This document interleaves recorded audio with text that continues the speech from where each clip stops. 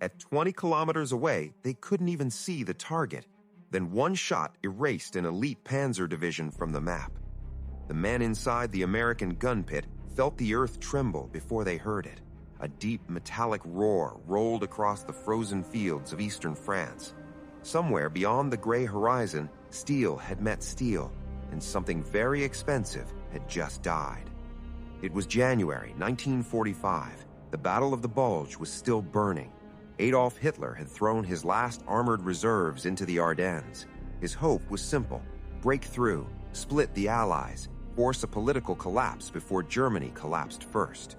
At the tip of that gamble stood one of his prized armored formations, a veteran Panzer division, stacked with Panther tanks, hardened crews, and officers who had survived years of war. They believed nothing could touch them from that distance. They were wrong.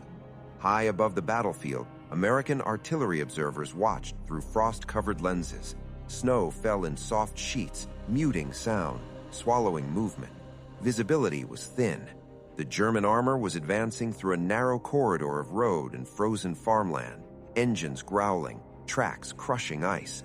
The Americans had prepared for this. Weeks earlier, U.S. forces had positioned one of their most powerful long-range artillery weapons behind the lines, the 155mm Long Tom, a gun built not for harassment, not for warning shots, for destruction. The barrel stretched like a steel spine toward the sky, nearly 25 feet long, capable of reaching targets over 20 kilometers away. It did not need to see the enemy. It needed coordinates and patience. At 0817 hours, the call came through the field telephone. Enemy armor confirmed, grid locked. Inside the firing position, gloved hands moved fast but steady.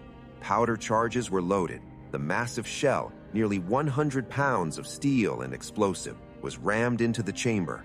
The breech slammed shut with a heavy metallic finality. Outside, the German column kept rolling. Panther tanks led the formation. Thick frontal armor, high-velocity guns. These were not desperate Volkssturm boys. These were professionals. They had broken Soviet lines before. They had smashed through Allied defenses in 1940. They were trained to expect danger from anti-tank guns, aircraft, close infantry ambush, not from something they couldn't see, couldn't hear, couldn't even imagine at that range. The American Fire Direction Center recalculated wind drift, temperature, barrel wear, small details that meant life or death 20 kilometers away. Fire. The world cracked open. The Long Tom recoiled violently, kicking dust and snow into the air. The blast wave hit the crew in the chest like a hammer. Ears rang. The shell screamed skyward, invisible within seconds. Then there was silence.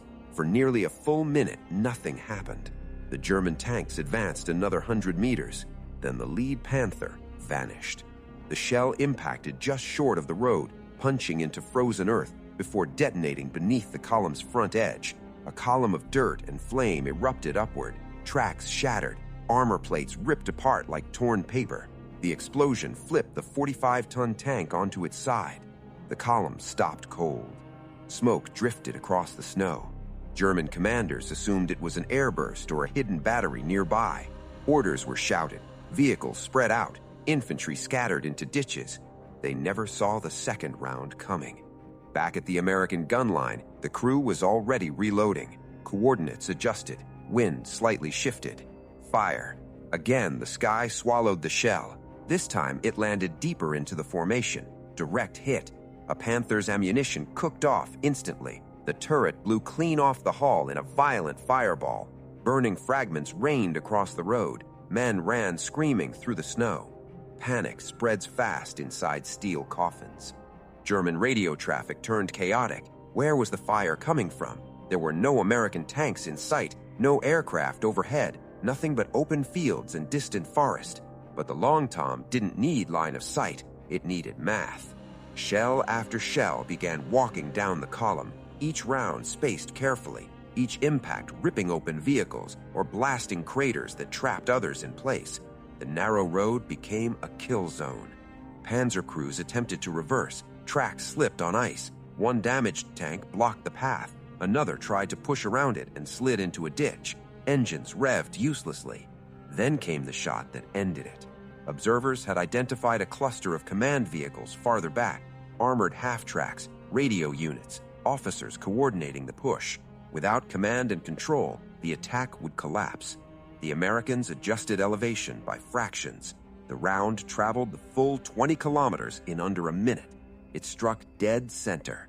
The explosion tore through the command group with surgical brutality. Radios were silenced. Senior officers were killed instantly. Flames engulfed the snow-covered vehicles. In less than 15 minutes, the spearhead of an elite Panzer advance had been shattered, not by tanks, not by close combat, but by a gun crew that never once saw the faces of the men they were killing. The survivors attempted to regroup. Some vehicles withdrew, others burned in place, ammunition detonating in violent bursts that echoed for miles. The attack stalled. Momentum died, and momentum was everything in the Ardennes. Without that armored thrust breaking through, American defensive lines held longer than expected. Reinforcements moved. Air power eventually returned as the weather cleared.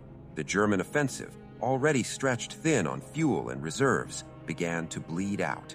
Historians would later describe the Battle of the Bulge as Hitler's final gamble, a last armored punch meant to split the Western Allies and force negotiations.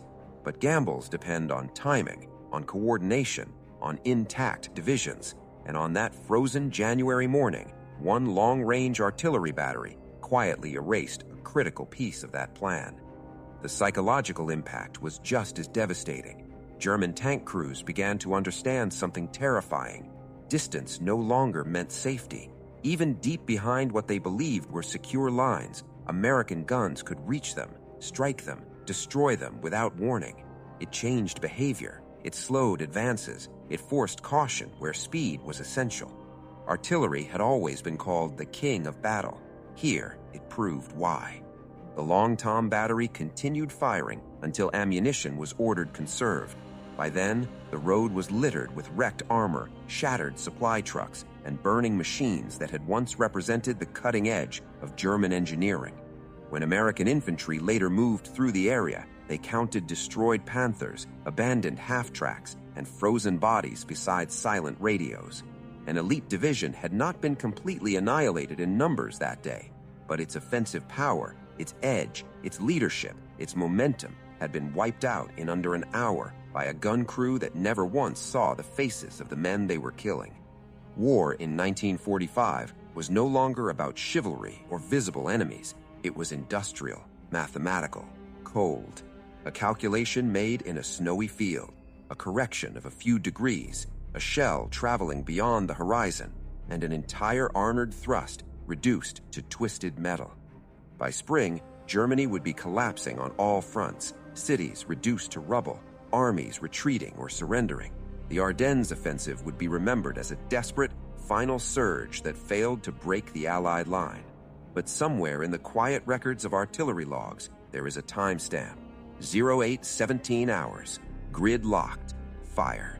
One shot from 20 kilometers away, and the illusion of invincible steel died in the snow.